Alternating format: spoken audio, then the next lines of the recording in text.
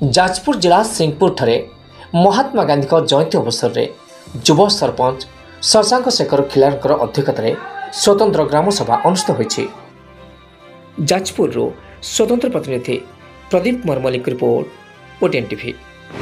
आज सिंहपुर ग्राम पंचायत अक्टोबर 2 गांधी जयंती पालन करने सहित आमर स्वतंत्र ग्राम सभा पालन होईछि। एटी आमर सरपंच अछंती से तार मतामत देवे। आज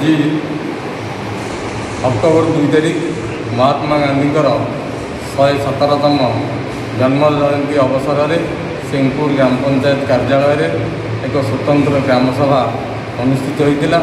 यही ग्राम सभा आम निष्पत्ति नेलु कि ग्राम पंचायत संपूर्ण भाव में स्वच्छता उपर लक्ष्य दिज्व एवं पंचायत जो अच्छी मास क्लीनिंग व्यवस्था से अर्थ आम ग्राम पंचायत एवं सिंहपुर मार्केट खरस्रोता महाविद्यालय सिंहपुर हाईस्कूल एमती विभिन्न सरकारी अनुष्ठान को स्वच्छ करने निष्पत्ति निगला।